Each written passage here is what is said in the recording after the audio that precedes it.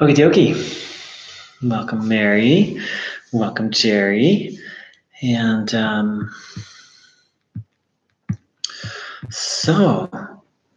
welcome, Laura.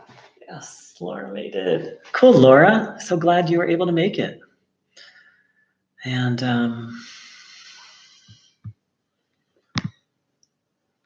Laura's local, but she wasn't able to come tonight, so. I saw that too. Yeah. All the little messages come around from through to everybody. It's like, wow. So, so just to let people know, and welcome to the person joining us on YouTube. So I'm doing this live, and I'm doing this via YouTube, and then I have a conference room. So if you see me wiggling around a little bit or clicking every now and then, that's what's going on.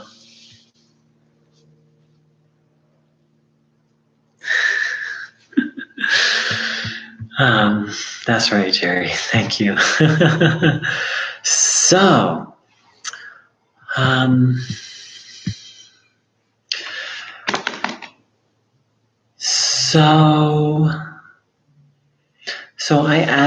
the way I sort of promoted this event was I said one of the most amazing events in human history occur. I don't know if you saw that on the meetup. It said one of the most amazing events in human history occurred in 1949, and that's what we're going to be talking about tonight. So I feel, I feel like I've given myself quite the task of not just sharing information, but I've kind of set things a little high by claiming that what I'm going to share to you is one of the most amazing events in human history, and I've been looking at this for 7 years now. I believe it was 7 years to the day that I found this information. So this is actually a bit of an anniversary for me. And so one of the small reasons I'm claiming that it's one of the most amazing events in human history is because I'm still alive here today. 7 years ago, my body was a mess, and I was 38. This body was 38 years young, and I was literally headed towards the grave. Geeta, thank you for joining in. We have Geeta joining us from India. So, now if I was the only person for whom that was true, it would be cool. But there's literally hundreds of thousands of people who've experienced miraculous healings, and quite a few of them were like myself. They were headed towards the grave, and thanks to this information, we're literally, in a sense, saved. You could really say I'm literally alive today because of what I'm going to share tonight, and I'm not the only one.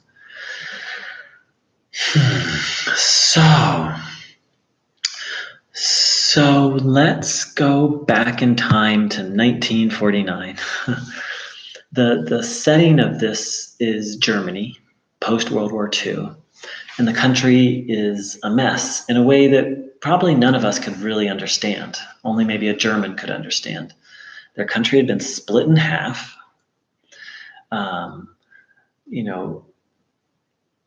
The German people had shame, unlike anything we can fathom, for having fallen for Hitler's lies, and in a sense, really fallen under the spell of evil.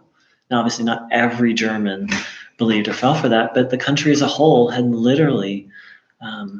So there was shame. The Jewish people were their psyche was. I can't even. To this day, the Jewish people haven't fully, much less they've lost a war.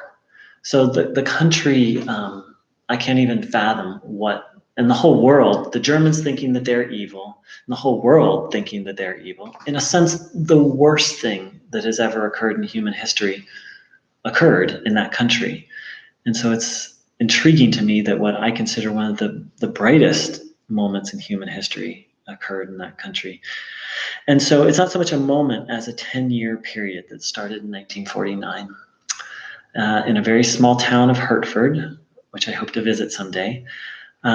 This man named Bruno Groening who not much was, well, he wasn't famous or well known or anything like that. Went to spend some time with a boy who had muscular dystrophy. And he had been invited there because the boy's father had heard that this Bruno Groening had some unusual abilities. Some other, there'd been some, stories of this man's ability to help people. And so Bruno Groening went and spent some time with the boy, and almost immediately the boy was able to walk again. He didn't instantly make a full recovery, but within a very short period of time, he was on the road to recovery. Bruno Groening didn't treat him. He wasn't a doctor. He just literally talked to this child. So the father was so impressed. The father was actually an engineer, was quite skeptical of all these things, but sort of the proof was right before him. And he asked Bruno Groening, "Would you stay here? I want to invite some other people." And Bruno Groening said yes. From that, people came, more healings occurred, more people came, and it started to get attention in the press to where Bruno Groening was making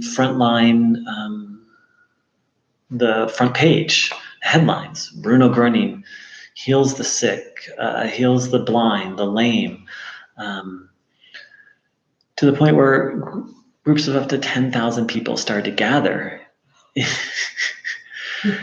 So, and when I say miracles, what I'm talking about is blind people regaining their vision, people in wheelchairs standing up and walking, terminal cases of cancer, and smaller things, migraines, backaches, overweight. I saw an interview of a woman who was just chronically overweight, and she went there, and she thought in her mind, she said, "Okay, Bruno Groening, if you're such a great healer, help me with my weight." And for the first time in her life, it took about 6 weeks, but her weight went down to normal. There are literally thousands of instances of that. So, welcome, Melody. My dear friend Melody has just joined us. Hi, dear one. Thanks for joining in.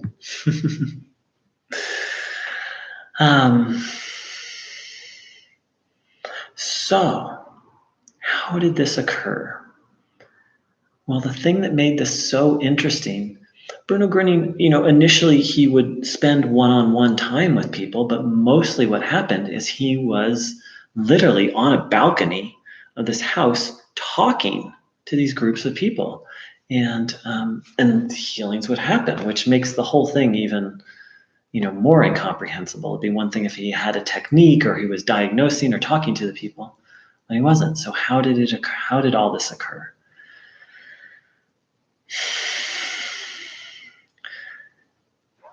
So he taught many things, and one of the things he spoke of was this.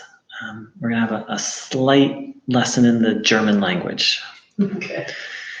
He created a word. He combined two German words he called it Heilstrom. Strom is easy. It can be energy, force, current, wave, frequency, something energetic, something flowy. Strom, that's the second word. The first word, Heil, can be translated as medicinal, healing, salvation, wholeness, intact, unhurt, uninjured. So that has many meanings, and we'll look at the different meanings. So when you combine that, what we have is the energy or the force that heals, the power that saves. Hail also means divine, the divine energy, the divine current. So in essence, he spoke of an energy, a force, or a power that literally has the ability to heal, and so much more. And he taught he said that actually, while this sounds sort of esoteric, this idea of energy, this was the 1940s, more so now. We're in California. Some of us are in California. Some of us are in India. not so far out for California, very radical at that point in time, and still a little bit so, but he taught a very simple technique for how to take it in. And it's almost less of a technique and more of more just a way of being. But he called this, to take in this energy, he called it the German, one more German word, Einstellen, which means to tune in, like tuning in a radio station. Or it also means attunement. You know, when we attune ourselves to something, we come into resonance with it. It also means to focus and hold on. So in essence, what he taught people to do was how to tune in, how to focus in on this energy that helps and heals. So the technique is quite simple. Please sit with your feet flat on the floor, feet not touching or crossed, hands on your legs, palms facing upwards. This is an open, if you notice, it's an open receptive posture. And to the best of your ability, have your back straight, if possible, not leaning against something, but just comfortably relaxed and straight. So this is the physical preparation. And the next piece, there's many ways to do it, to how to begin, to think of something that brings you joy, a scene in nature, a happy memory. And if you have a specific religious or spiritual belief, a prayer, such as higher power, God. If you're Christian, you might say, Jesus, please help me to receive, to take in the healing power, the divine energy of God, of life. And then you observe your body, having the will, the intention to absorb this positive energy for it. If thoughts arise, just let them go. If negative thoughts arise, hand them over forcefully. Forcefully don't, as it were, let them in. So we're going to spend a few minutes in silence, observing the body, having the intention, the will to take in this good energy.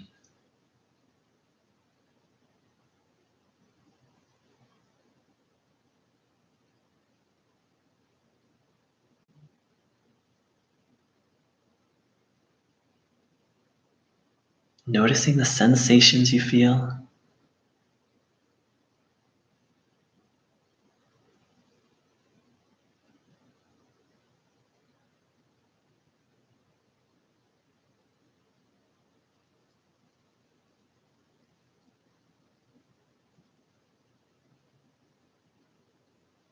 Coming into the present moment, just observing.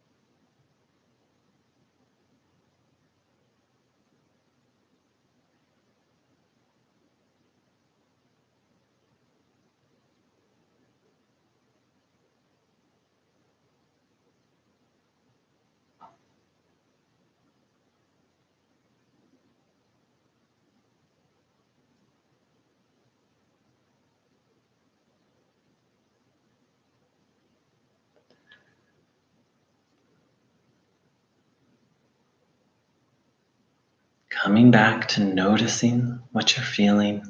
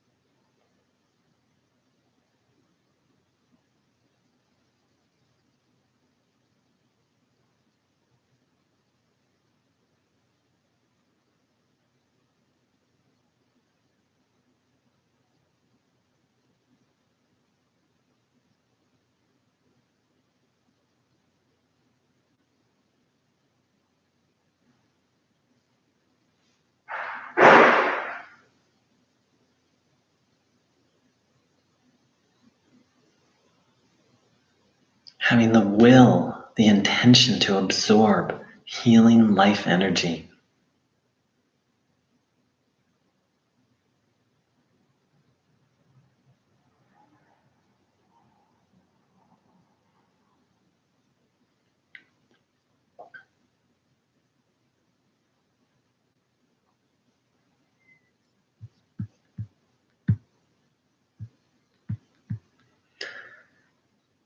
So, for the rest of this gathering, I invite you to continue to tune in, to notice your body.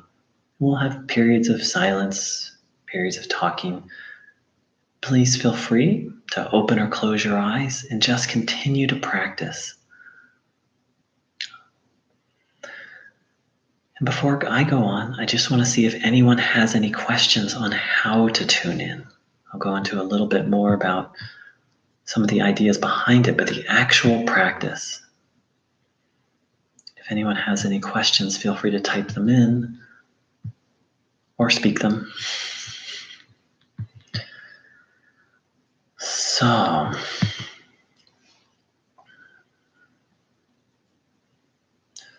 So right now we're practicing absorbing healing life energy.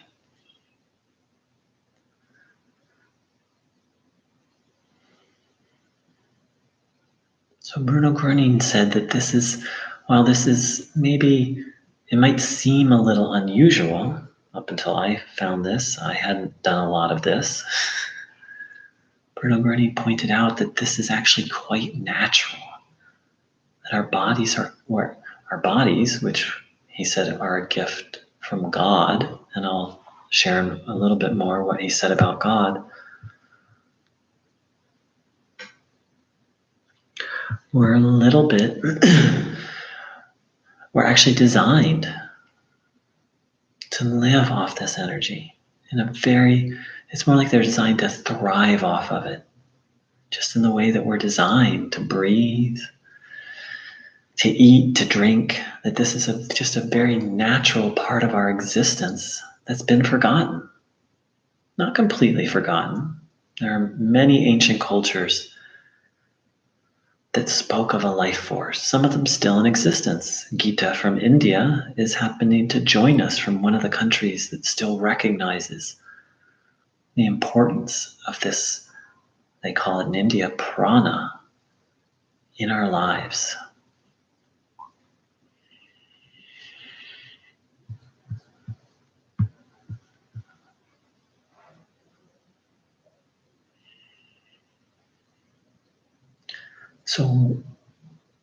So we're absorbing energy. Where does this energy come from?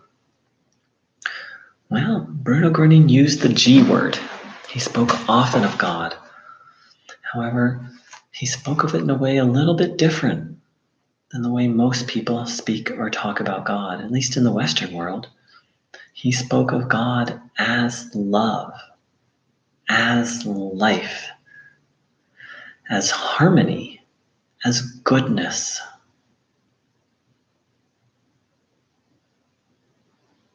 Now, when I first came to this teaching, I was a devout agnostic. I'd spent over 20 years, maybe 15 years, building this belief system of agnosticism. So I didn't really like the word God, but my health was falling apart, so I was desperate and open. I was open to the idea of healing energy.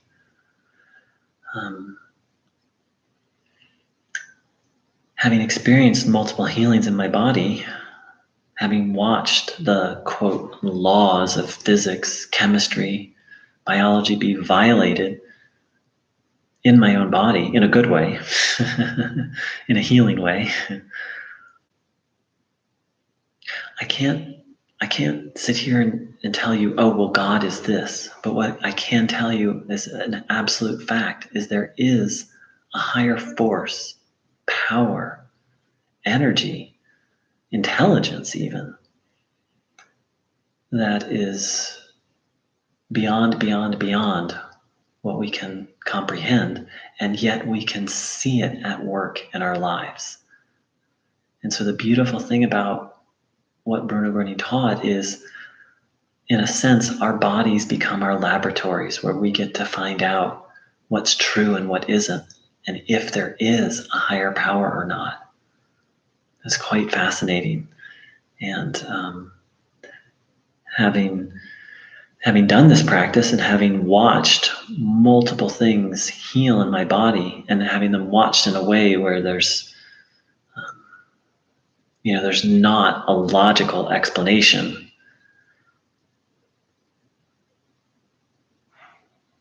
Whether you call it God or Allah or Jehovah or Jesus or whatever you call it, for me, it's an utter fact that there is an energy that not only exists, but actively intervenes in our lives if we attune ourselves to it, if we seek it in an active way. So let's spend a minute or two. And so everything I share is either a quote of Bruno Groening's or my own way of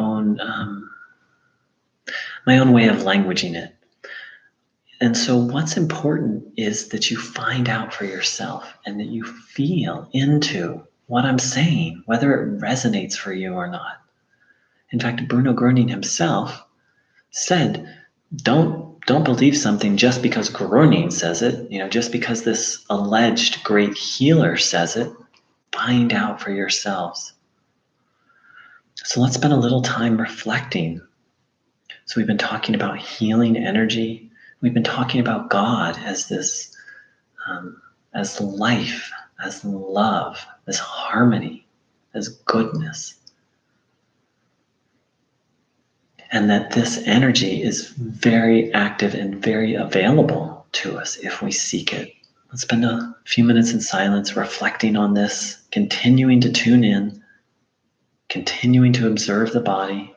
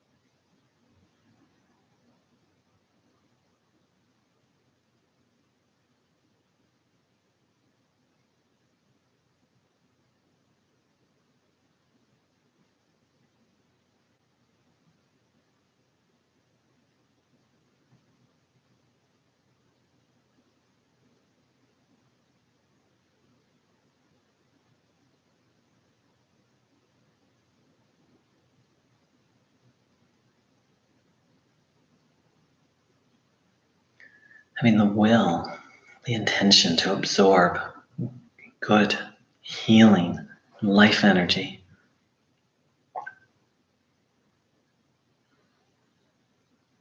Noticing the sensations.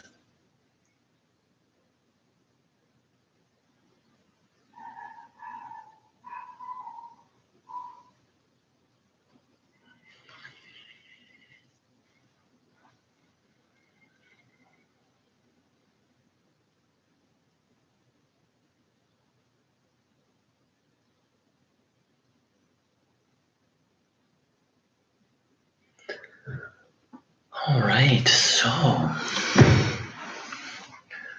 so we looked at the idea that there's a healing energy we can receive and a very simple, practical method of taking it in. And we've looked at a little bit at this idea of that this energy is very natural and from the divine, whether you call it God or the sacred or source, from that which created us and created everything. And that this taking in of the energy is quite natural. And the question is, well, how is it possible to take in energy? And here's a very interesting thing that Bruno Groening said about who and what we are. He spoke of us as a soul, an immortal soul that's inhabiting this very mortal body. And one of the aspects of the soul that he spoke about is that it's receptive. It has this capacity to receive. Now, which that idea is not, anyone who's read spiritual literature or explored a little bit, this idea of giving and receiving. It's a fundamental aspect of life. But what if we have the capacity to give and receive energy? So through tuning in, we're consciously, as it were, aligning our satellite dish in a certain direction. We're aligning it towards love, life, health, harmony, happiness. And the question is, why haven't we been doing that all along? Well, Bruno Groening spoke of something which he called the force of habit. That often unconsciously, human beings use this receptive capacity. It's not even capacity.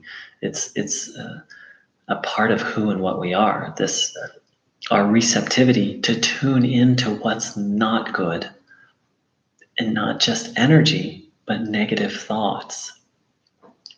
Why do we do this?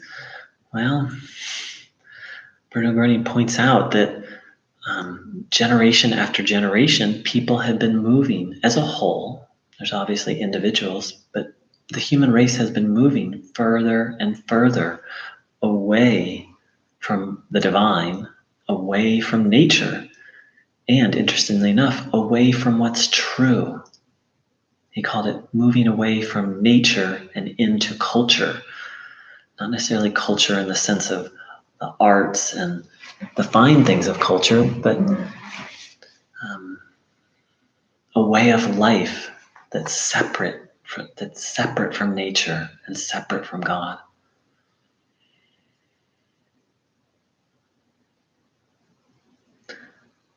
So he spoke about tuning into what's good, to what's helpful, what's healthy, both in terms of energy and thoughts. That begs the question, well, what is this other thing that people as individuals or as a race that we've been unconsciously tuning into? Well, he used the German word Bosse, which can be translated as nastiness, evil, vindictiveness. My understanding what he meant by that is that it's a profound mystery why it even exists, and that within this universe there is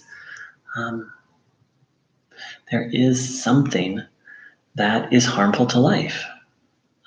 He simply called it Bosse, or evil. And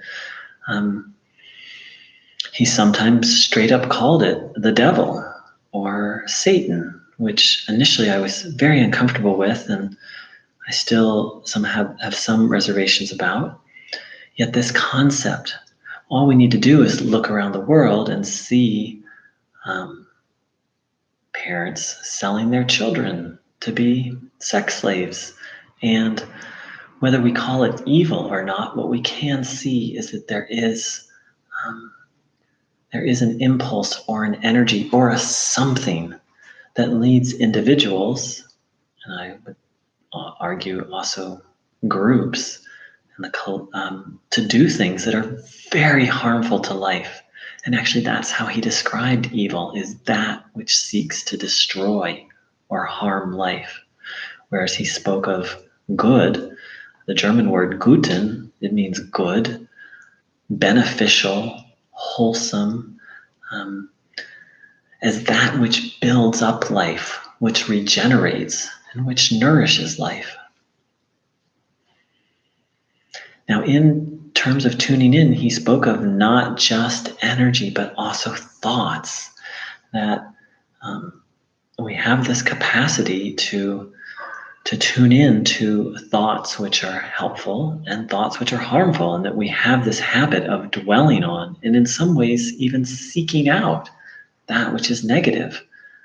And we can see this so clearly in movies and books, and of course the news is the most amazing example of literally we have this habit we've been of seeking out that which is negative. And so part of this path is really breaking that habit, really of any spiritual or growth path, is breaking the habit of tuning into or seeking out that which is harmful. So let's sit for a few minutes and reflect. Is it possible? Well, let me say one more thing, is that Bruno, he said that human beings live right in between these two forces, good and evil, Guten and Bosse. And that we've been given this very precious gift called free will. And that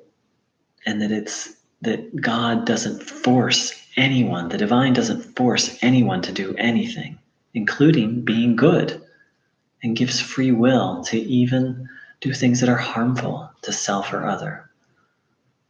Sometimes I wish we hadn't been given free will, and yet upon deeper reflection, no one wants to be forced to do anything. That's not love. So let's spend a little time in silence reflecting. It's not so important that whether you agree with the words that I use or not, that Bruno used or not, but this concept of, for some people, they like to think of it as two different types of consciousness. I've heard it expressed, the consciousness of love and the consciousness of fear, or the consciousness of love and the consciousness of hatred, the consciousness of oneness, the consciousness of separation. Let's reflect for a few minutes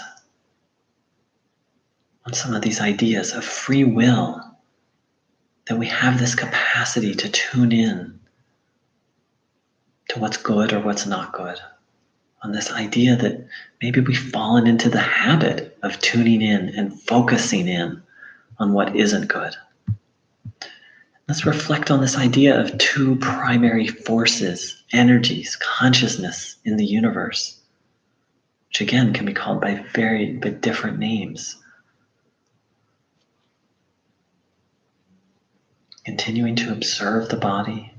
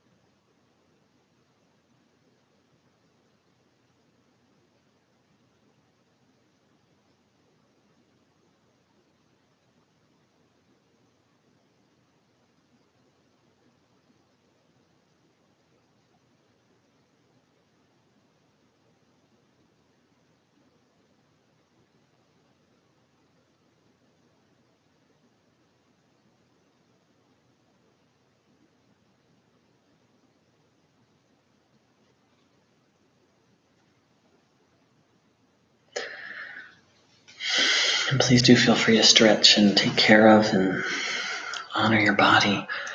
So how does healing actually occur? What is healing? Well, first let's look at from the perspective of this teaching, what is illness? So let's say that you step on something sharp, and let's say it doesn't pierce the skin, but it does touch a nerve, and there's this immense pain. And then you remove the sharp thing, and the pain goes away instantly. The question is, was that a healing? It's a very interesting thing to think about. So what causes illness? What causes our problems? According to Bruno Groening, it all boils down to this one thing, this force, this energy of what's not good, what's not helpful, what doesn't serve life.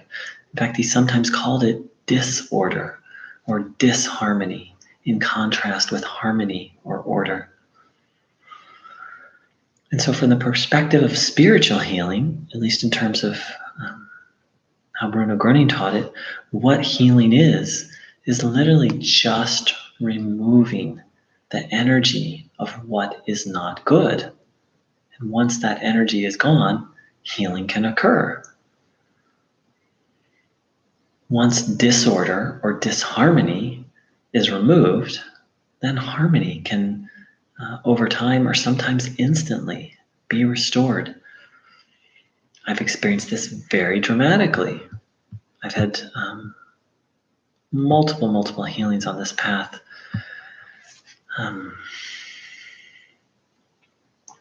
Including I had chronic sore throats, which every week I got a sore throat, and then I had to fight it off. And if I didn't fight it off, I would get sick. I had this for maybe a year or two, maybe a year and a half. And I would get sick 4 to 6 times a year.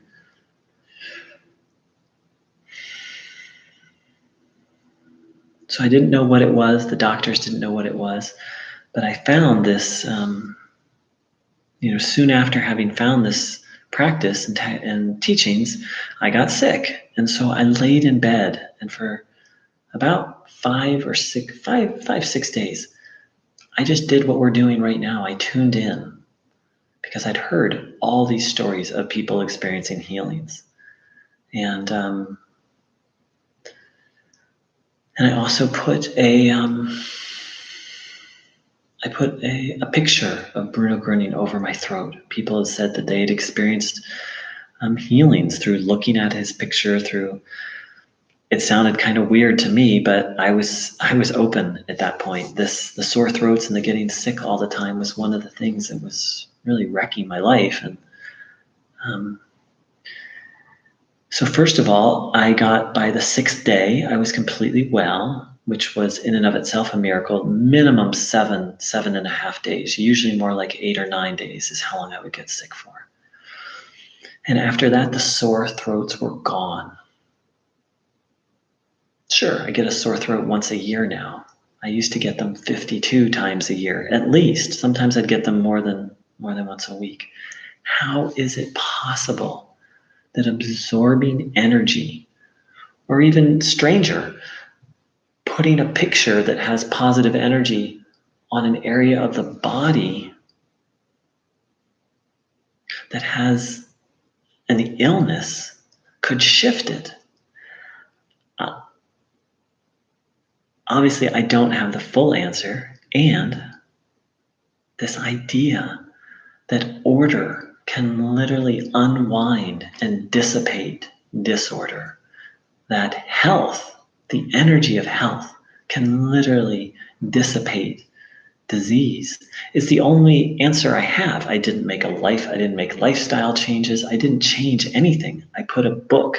It was a book that had pictures in it. I put a book that supposedly had positive energy on it, and I did a practice of absorbing positive energy, and my body changed. Bruno Groening described things very simply. He said the good has to dispel the evil or what's not good. And again, we have this human meaning of the word evil, and he just described it as that which is harmful. So let's reflect on that for a moment. A very different,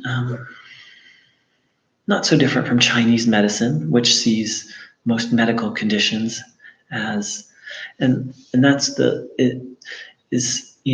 what then turns into an illness is more, in this way of looking at it, is more seen as a symptom.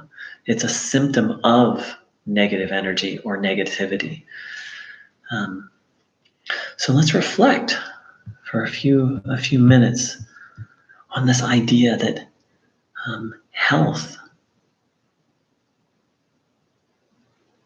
can literally replace or dispel sickness. That harmony, let's face it, beauty, health is beautiful, that it feels good, that goodness can literally expel, cleanse, remove what's not good from our bodies, much less our lives. You may have your own way of languaging it or thinking about it. Bruno Groening said it very simply, that the good has to dispel what's not good.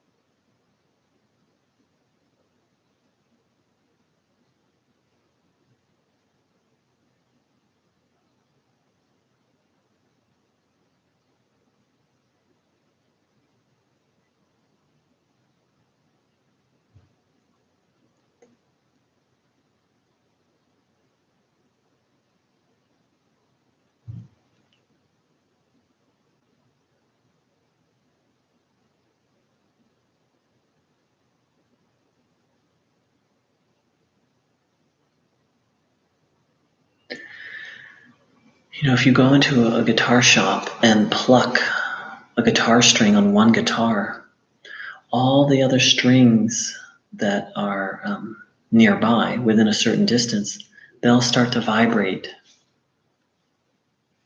in resonance, in attunement with the one string that was plucked. So what if what we're doing is literally what the word means? Einstein, one of the meanings is attunement. What if we're literally attuning ourselves to harmony and goodness and order?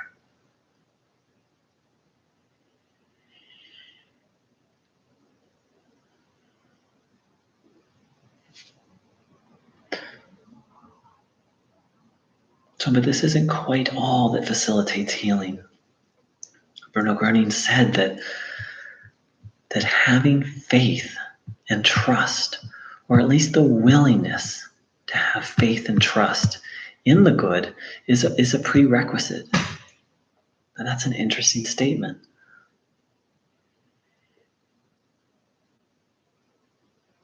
And what do we do if we don't quite have faith or trust? Well, what's required is an openness and a willingness to begin to not necessarily not believe. And let's look at faith for a moment. Faith in the Western world usually means faith in a particular idea or dogma.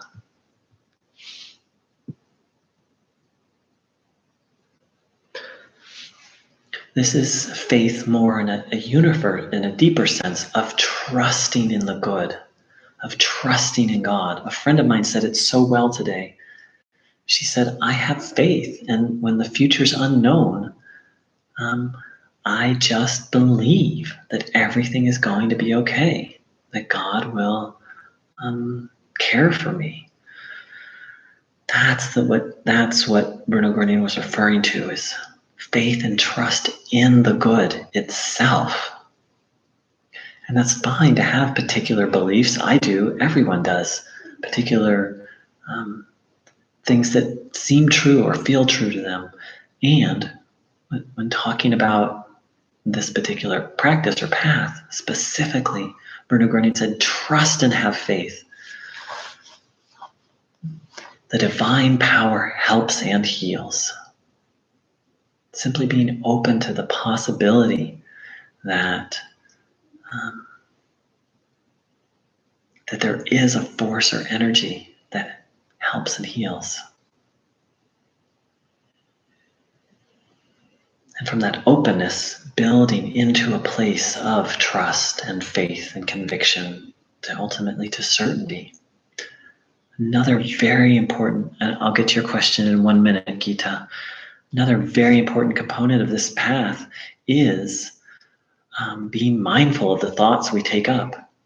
So we've been focusing tonight on attuning ourselves to positive energy, but an essential part of life is attuning ourselves to constructive, helpful, positive thoughts.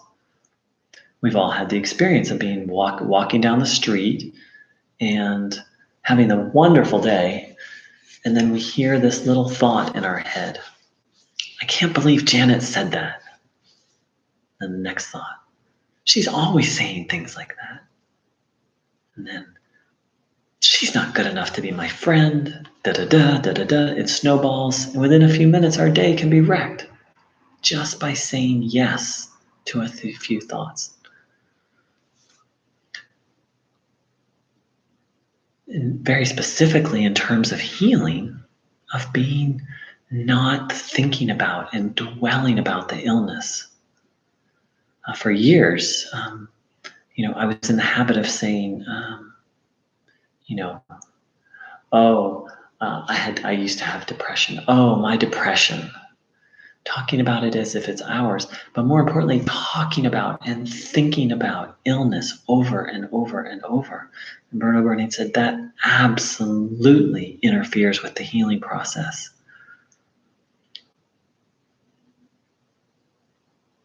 And that's a whole nother topic, which maybe I'll have a whole night on the power of thought, according to what Bruno shared. And lastly, he spoke about the idea of a spiritual helper.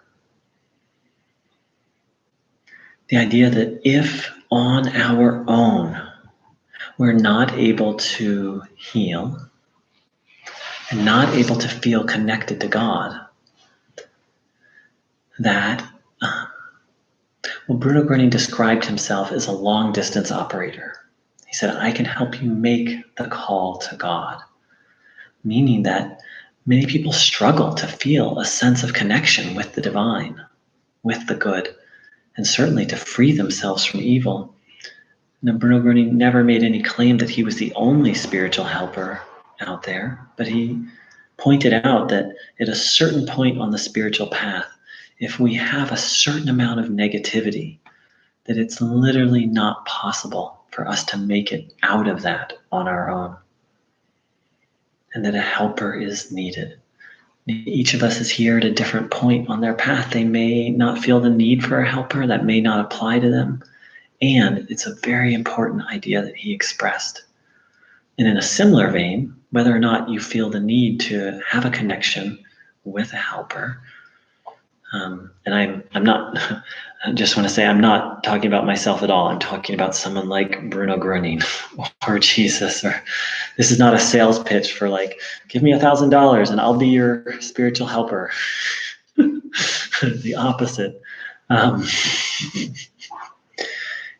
In a similar vein, he described this need that we as human beings have for God.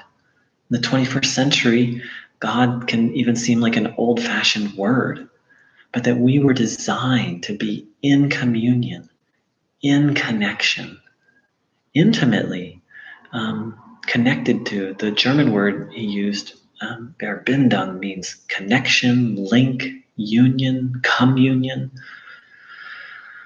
with the divine. And that ultimately all of our problems stem from having distanced ourselves and moved away from the divine. So let's reflect on all this for a little bit, and I'll take some questions after that. This idea of our need for the divine, our need for this life energy, depending on where we are in this path, the need for a spiritual helper. This idea of the power of our thoughts, and that we need to be mindful of and watch our thoughts.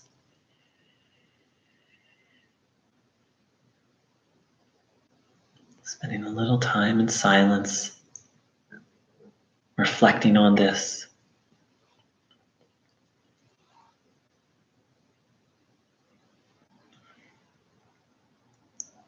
Taking in the good.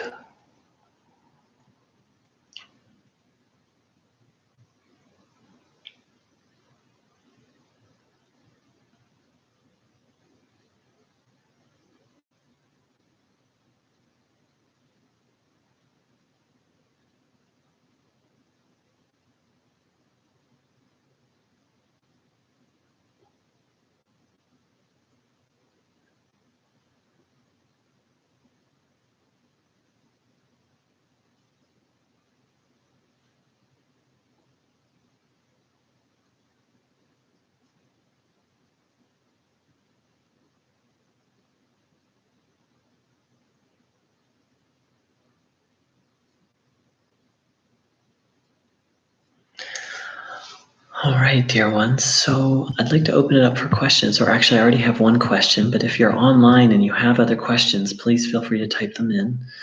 And so the first question is from Gita. So putting a picture of Sir Bruno on affected area will do the healing. I wouldn't say do the healing. I've had many healings that had nothing to do with a picture. In fact, most of the healings that I've experienced and other people have experienced don't have anything to do with a picture. And I don't claim to fully understand how. It seems that pictures of him carry a certain vibration.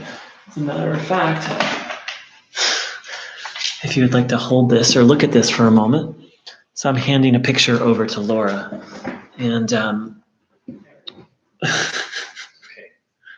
pardon? Mary. I'm sorry. Mary, that's Laura. Laura's online. Excuse me. Handing it to Mary. Okay.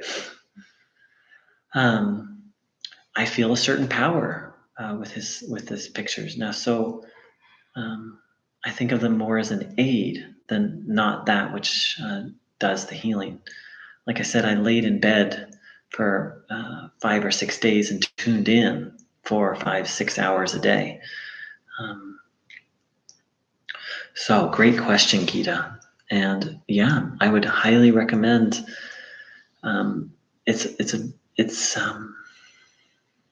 free to explore them. Yes, great. Huh? On one side. Yeah. You really look right into you. That was the picture. Yeah. So, any other questions?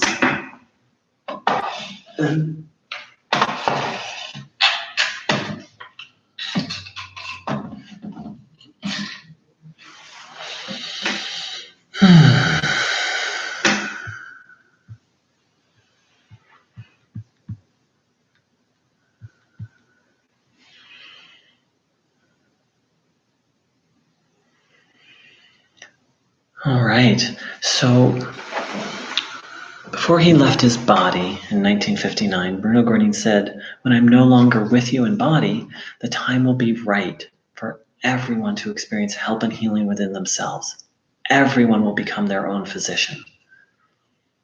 It's a very strong claim, and I've experienced it to be true through this practice. I have experienced help and healings within myself. Chronic knee pain, a sprained ankle, benign enlarged prostate, a heart condition, chronic sore throats, bipolar depression, dependence on 4 psychiatric medications, severe eye strain. Those are the major ones. I've had moles disappear. I was sitting one day just doing this practice, and I just started to feel this itch on my chest. I was like, what's going on? And I was shocked. I went into the bathroom, I took off my shirt and looked in the mirror, and a mole that I'd had for at least since a teenager, 18 years, a black mole had turned red. And a few days later, it was gone. I never thought to ask for that. And that's why I say this energy has intelligence. You didn't ask for it. I didn't ask for that to be healed. I was just tuning in. I've had many healings that I didn't even ask for, that I didn't think to ask for. It is. Thank you. Okay, Geeta, I'll be happy to try and connect you with an in-person group. And actually, I want to come to India and teach this to people. So we'll have to talk. Our friend in India said that she wants to join an in-person group. Okay, so let's close how we started.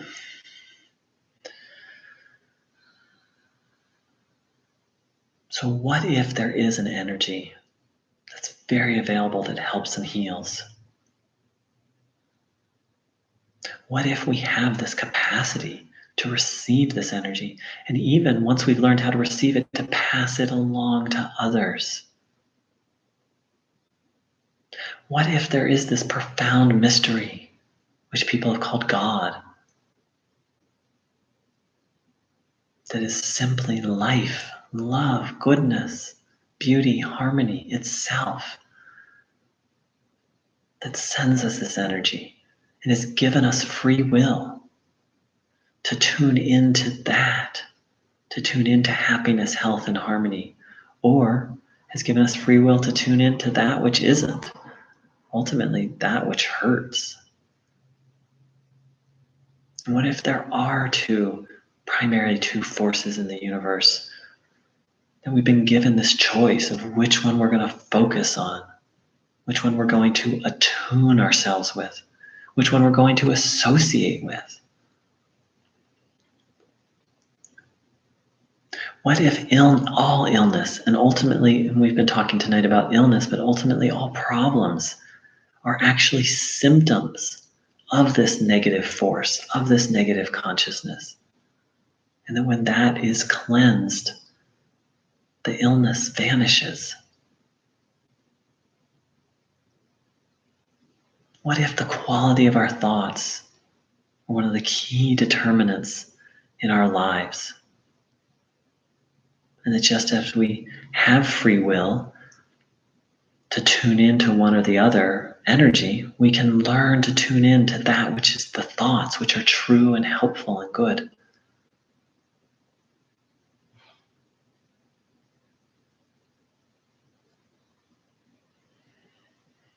What if human beings were designed to be in connection and communion with God and with nature, which Bruno spoke quite a bit about, and that all of our problems stem from having moved away from the divine, moved away from God, and that our ultimate solution is to return to connection and communion with the divine? What if at a certain point on the spiritual path, one does need a helping hand to pull oneself out of negativity? So these are all questions that I've sat with for 7 years, and many of the things I've shared tonight, initially, I just ignored. Energy I could understand, receiving energy I could understand, that energy could heal. The rest of it, I was just kind of... So I'm not asking you to agree with everything I said tonight. By any means, I didn't agree with everything, all this information when I first heard it. But through doing this practice, I've become convinced. I've become utterly convinced. And if what I'm saying is true, then Bruno Groening's words are true. You have a duty to convince yourself of the truth. If there is an energy or a force that can solve all of your problems, much less all of everyone else's problems, then we actually all do have a duty to explore this and find out if it's true or not.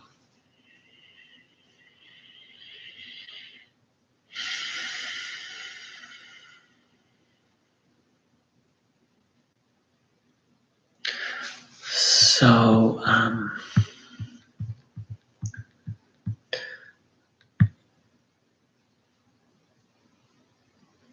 let's see. So let's close with just a few logistical announcements, and then we'll have a minute or so of silence. So I lead these meetings almost every day at different times.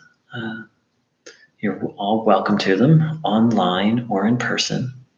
All of this I do by voluntary donation, meaning I'm happy to receive money, and it's by not a requirement. You can tune in anywhere, anytime, any place.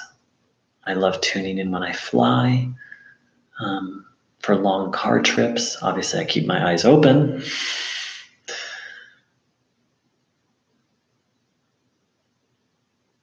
And this video, I've recorded what I've done tonight. I've recorded, and it'll be up on YouTube for at least a couple weeks, called Become Your Own Healer Physician, Introduction to the Teachings of Bruno Groening, and I'll put today's date on it, and I'll leave it up for a couple weeks if you want to review it at all. And I'm available to answer questions. And so at the end of a gathering like this, Bruno Groening gave very specific instructions. And so I just follow them because it works for me. And please do what works for you. And that is to sit in silence, to sit in the energy for as long as feels right to you. And while doing that, to listen deeply to yourself and inside yourself. And when you feel complete, to stand up and, well, there's only two of us here in person, so so I won't be available to talk tonight, but I'm happy to feel free to shoot me an email.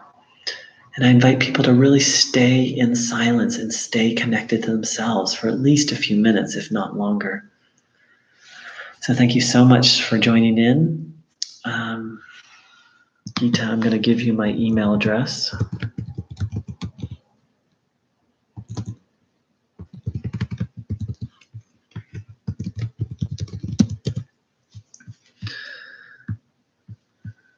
And I look forward to seeing and feeling all of you very soon. Take care. So much love.